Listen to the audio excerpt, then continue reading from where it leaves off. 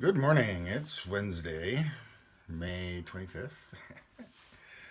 Uh, I got to talk about pots and identity. Um, this can be sort of a struggle for up and coming potters, maybe a little less so for people who've been around for a while. But by identity, I mean, if you show a picture of a pot, what information do other potters want to know about it, specifically about how it was made? And if you're beginning to think of yourself as a potter, how do you characterize the work you make? Okay, so there's two different things, but they're tied together. So, as an example, okay, so this morning's coffee cup with coffee. Okay, so from a potter's point of view, I'm trying to explain this. Okay, it's Conten porcelain. That's the clay it's made out of. Glaze is a copper red. It was fired in a gas fueled reduction kiln, in this case at the Art Center in Lawrence. It's based on a medieval shape, the big belly and the loop handle, so forth. Um, it's not intended to be humorous.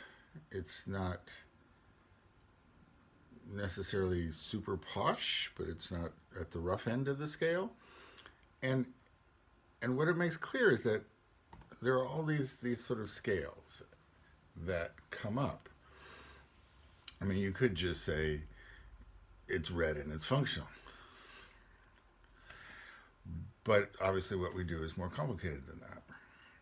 And I was reminded this morning, it's a little like the D&D game where you roll up an imaginary character and you have characteristics like strength and dexterity and wisdom and intelligence and all those sorts of things, and that becomes the framework by which that character interacts with other situations and so forth.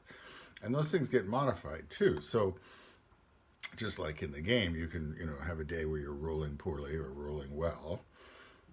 When you're making pots, so I mentioned this one's not intended to be humorous.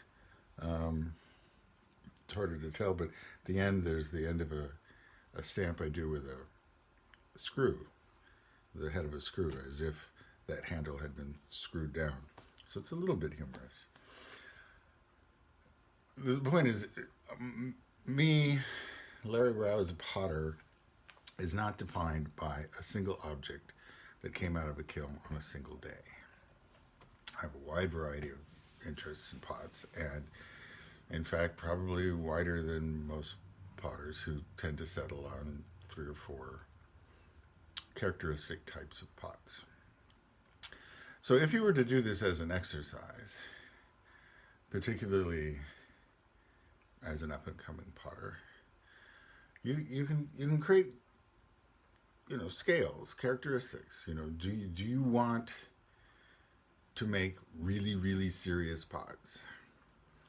Do you want to make pots or sculptures that are so emotionally and intellectually complex that they almost always have to come with at least a one page written explanation?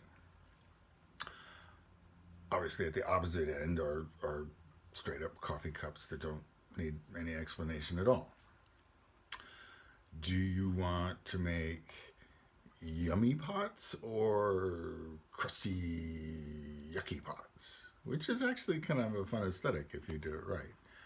Um, but work it out for yourself, including what's involved with making them. So I mentioned that this mug was thrown on a wheel. Well, in this case, it's a you know sort of unsophisticated electric wheel, commercially available almost anywhere.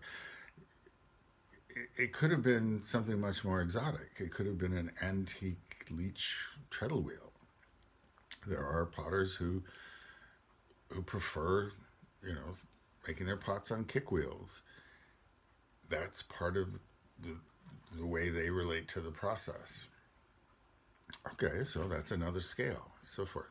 But when you're working out who I am, which is a subcategory of what do you make, consider potentially the things you haven't considered or the things that you're just assuming.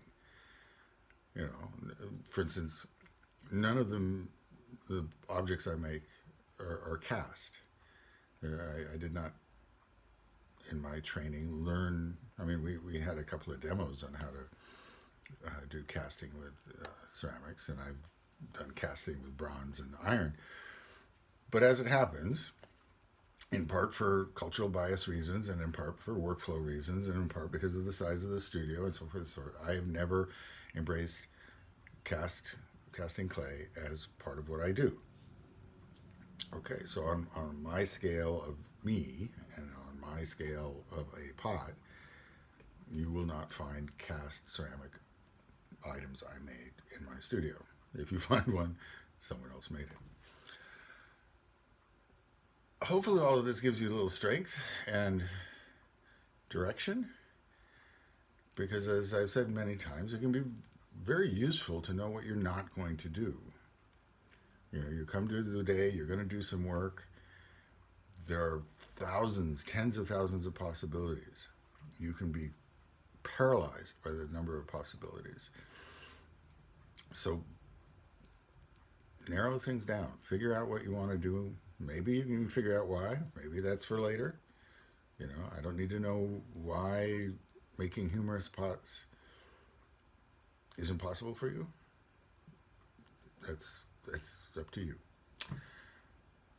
But knowing the answers and being able to communicate them to other potters can be very useful.